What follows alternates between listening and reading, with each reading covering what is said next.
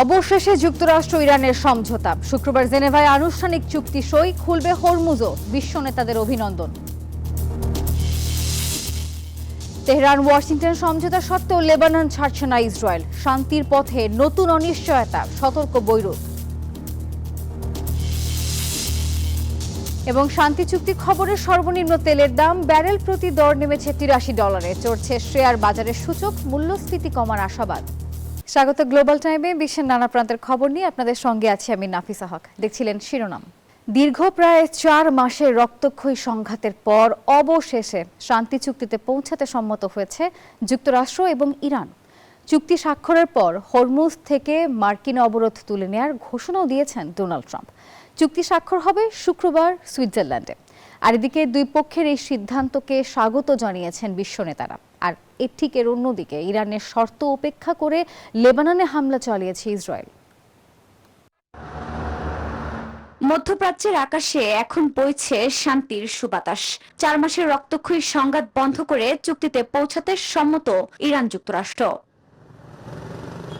সামাজিক যোগাযোগ মাধ্যমে এক পোস্টে তথ্য নিশ্চিত করেন মধ্যস্থতাকারী দেশ পাকিস্তানের প্রধানমন্ত্রী শাহবাজ শরীফ। এর পরপরই ট্রাম্পও বিষয়টি নিশ্চিত করে সংশ্লিষ্ট সবাইকে অভিনন্দন জানান। সেই সঙ্গে চুক্তি স্বাক্ষরের পর হরমুজ থেকে মার্কিন অবরোধ তুলে নেওয়ার ঘোষণা দেন তিনি। প্রণালীকে টোল মুক্ত করার কথাও জানান মার্কিন প্রেসিডেন্ট।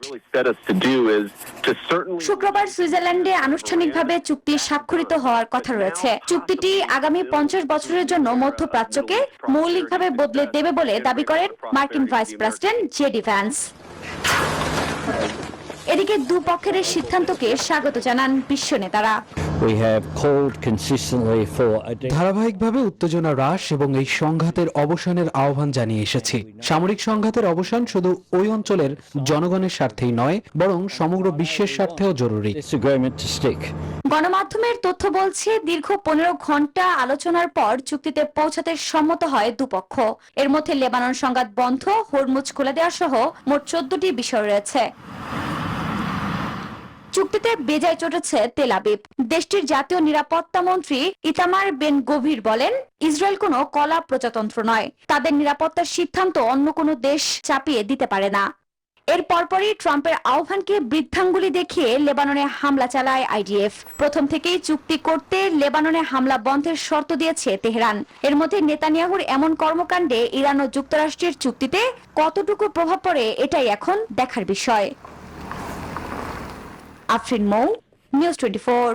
শান্তি চুক্তিতে পৌঁছেই নিজেদের বিজয়ী হিসেবে তুলে ধরতে ব্যস্ত যুক্তরাষ্ট্র এবং ইরান। যদিও একে নেতানিয়াহুর জন্য কৌশলগত পরাজয় হিসেবে দেখছেন ইসরায়েলের ডানপন্থীরা।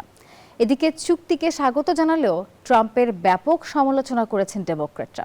তবে হরমুজ প্রণালী আগের অবস্থায় ফিরতে আরও সময় লাগবে বলে বিশ্লেষকরা আশঙ্কা করছেন। দীর্ঘ 4 মাসের বেশি সময়ের সংঘাত শেষে ইরান ও যুক্তরাষ্ট্র চুক্তিতে পৌঁছালেও এর ভবিষ্যৎ ও বাস্তবায়ন নিয়ে নানা প্রশ্ন এখনো সামনে আসছে। সবকিছু ছাপিয়ে যুদ্ধ পরবর্তী পরিস্থিতিতে নিজেদের বিজয় হিসেবে তুলে ধরতে ব্যস্ত ওয়াশিংটন, তেহরান। তবে এরই মধ্যে নিজ দেশে বিরোধীদের সমালোচনার মুখে পড়েছেন ট্রাম্প। স্বাগত জানালেও ডেমোক্রেটদের প্রশ্ন, 4 মাসের এই সংঘাতের আদৌ প্রয়োজন ছিল কিনা। তাদের দাবি, যুদ্ধের পথে গিয়ে প্রাণহানি ও সাধারণ মানুষের জীবনযাত্রার ব্যয় বৃদ্ধির কারণ হয়েছে রিপাবলিকানরা। এদিকে শান্তি চুক্তির ঘোষণা দিয়েই নেতানিয়াহুর যুক্তরাষ্ট্রের প্রতি কৃতজ্ঞ থাকা উচিত বলে মন্তব্য করেন ট্রাম্প। চুক্তির কারণে ইরান ও লেবাননে জানবাদীদের লক্ষ্য মুখ থুবড়ে পড়েছে। একে নেতানিয়াহুর পরাজয় হিসেবেই দেখছেন ইসরায়েলি ডানপন্থীরা।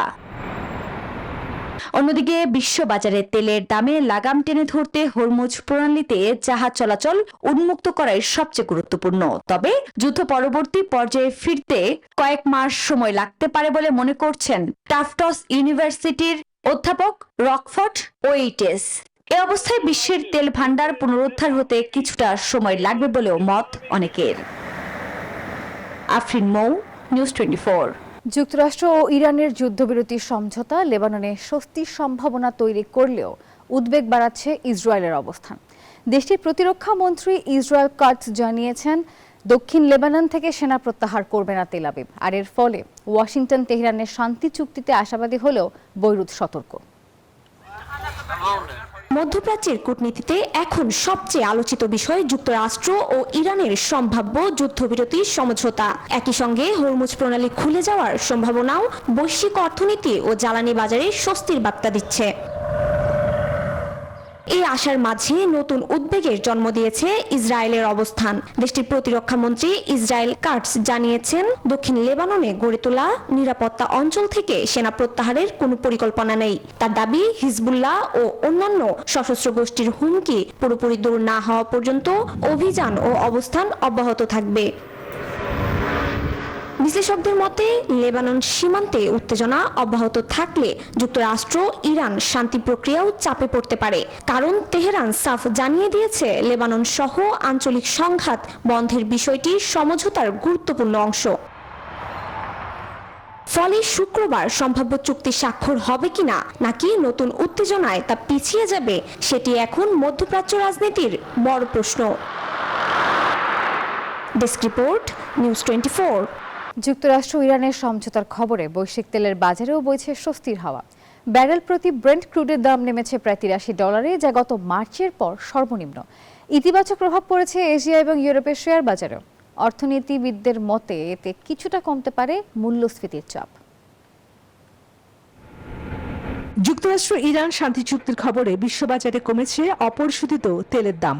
আন্তর্জাতিক বাজারে ব্রেন্ট ক্রুডের দাম 4% কমে ব্যারেল প্রতি এখন $83 কাছাকাছি, যা মার্চের পর তেলের দাম সর্বনিম্ন। সংঘাত শুরুর আগে ব্রেন্ট ক্রুডের দাম ছিল ব্যারেল প্রতি প্রায় $70। যুদ্ধ চলাকালে তা বেড়ে $120 কাছে। যুক্তরাষ্ট্র ইরান শান্তি চুক্তির খবরে বিশ্ববাজারে কমেছে অপরিশোধিত তেলের দাম। আন্তর্জাতিক বাজারে ব্রেন্ট ক্রুডের দাম 4% কমে ব্যারেল প্রতি এখন $83 কাছাকাছি, যা মার্চের পর তেলের দাম সর্বনিম্ন। সংঘাত শুরুর আগে ব্রেন্ট ক্রুডের দাম ছিল ব্যারেল প্রতি প্রায় $70। যুদ্ধ চলাকালে তা বেড়ে $120 কাছাকাছি পৌঁছেছিল।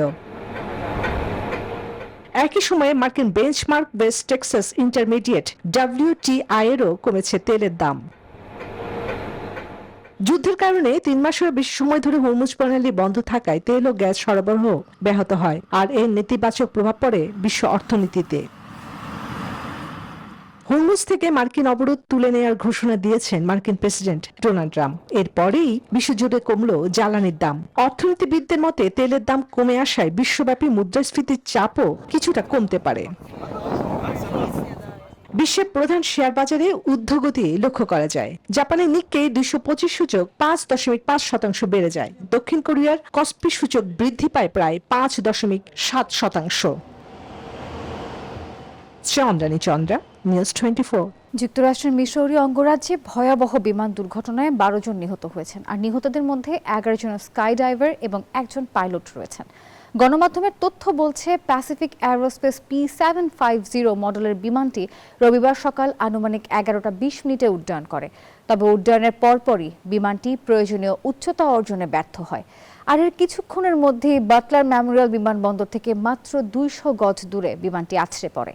ঘটনার পরপরই উদ্ধারকর্মীরা দ্রুত ঘটনাস্থলে পৌঁছান, তবে এর আগেই বিমানে থাকা সব আরোহী প্রাণ হারান। 5 দশকেরও বেশি সময় পর NBA চ্যাম্পিয়ন হওয়ার আনন্দে রাস্তায় নামেন হাজারো নিউ ইয়র্ক নিক্স সমর্থক, আর সেই উল্লাস এক পর্যায়ে রূপ নেয় সহিংসতায়। যুক্তরাষ্ট্রের নিউ ইয়র্ক শহরের ম্যানহাটনের মিড টাউনে একাধিক সংঘর্ষ, ভাঙচুর এবং অগ্নিসংযোগের ঘটনা ঘটেছে, আর এ সময় একজন কিশোর গুলিবিদ্ধ হন। সেই সাথে আগুন দেওয়া হয় বিশ্বকাপ দর্শকদের বহনকারী একটি শাটল বাসে। দীর্ঘ প্রতীক্ষার পর নিউ ইয়র্ক নিক্সের ঐতিহাসিক NBA শিরোপা জয় উদযাপনে ম্যানহাটনের রাস্তায় নামেন হাজারো সমর্থক। তবে রাত বাড়ার সঙ্গে সঙ্গে পরিস্থিতি নিয়ন্ত্রণের বাইরে চলে যায়। শহরের বিভিন্ন এলাকায় ছড়িয়ে পড়ে বিশৃঙ্খলা। বিশ্বকাপ ফুটবলে ব্রাজিল ও মরক্কোর ম্যাচ শেষে দর্শকদের নামিয়ে ফেরার পথে 15টি শাটল বাস টাইমস স্কয়ার এলাকায় আটকা পড়ে। প্রত্যক্ষদর্শীরা জানান, এই সময় শত শত তরুণ বাসগুলোর উপর উঠে পড়েন এবং উল্লাস শুরু করেন। এক পর্যায়ে তারা নিউ ইয়র্ক সিটি প্রশাসনের ভাড়া করা একটি স্কুল বাসে আগুন ধরিয়ে দেন। আগুনে বাসটি সম্পূর্ণ পুড়ে যায় এবং আরও কয়েকটি বাস ক্ষতিগ্রস্ত হয়। পরিস্থিতি নিয়ন্ত্রণে আনতে পুলিশ ও জরুরি নিরাপত্তা বাহিনী মোতায়েন করা হয়। এদিকে নিউ ইয়র্ক পুলিশ জানায়, উল্লাস চলাকালীন সময়ে টাইমস স্কয়ার এলাকায় 17 বছর বয়সী এক কিশোরের পায়ে গুলি লাগে। এ ঘটনায় জড়িত সন্দেহে 3 জনকে আটক করা হয়। নিক্সের সমর্থকদের কাছে এই জয় আবেগঘন। 1973 সালের পর প্রথমবারের মতো দলটি NBA শিরোপা জেতায় উচ্ছ্বাসে মাতেন সমর্থকরা। বিশ্লেষকদের মতে বড় বা ঐতিহাসিক জয়ের পর এমন উচ্ছ্বাস নতুন নয়, তবে জননিরাপত্তা নিশ্চিত করা এবং উৎসবকে শান্তিপূর্ণ রাখার দায়িত্ব সবার। জ্যোতি রয়, নিউজ 24। ব্রাজিলের রিও ডি জেনেরিও শহরে মাঝ আকাশে 2টি হেলিকপ্টারের মুখোমুখি সংঘর্ষের ঘটনা ঘটেছে, আর এতে নিহত হয়েছেন হেলিকপ্টার ডিউটিতে থাকা ক্রু এবং আরোহী সহ মোট 6 জন। গণমাধ্যমের তথ্য বলছে, মাঝ আকাশে সংঘর্ষের পর হেলিকপ্টার দুটি একটি বৈদ্যুতিক গাড়ি বিক্রির শোরুমের পার্কিং লটে ভেঙে পড়ে। এর ফলে পার্কিং লটে থাকা প্রায় 20টি বৈদ্যুতিক গাড়িতে আগুন ধরে যায়, আর এর পরপরই ঘটনাস্থলে পৌঁছে আগুন নিয়ন্ত্রণে আনেন দমকল কর্মীরা। এদিকে ভয়াবহ এই দুর্ঘটনার কারণ জানা না গেলেও তদন্ত শুরু হয়েছে। দর্শক, এই ছিল নিউজ 24 গ্লোবাল টাইমের এখনকার আয়োজনে। সঙ্গে থাকার জন্য ধন্যবাদ সবাইকে।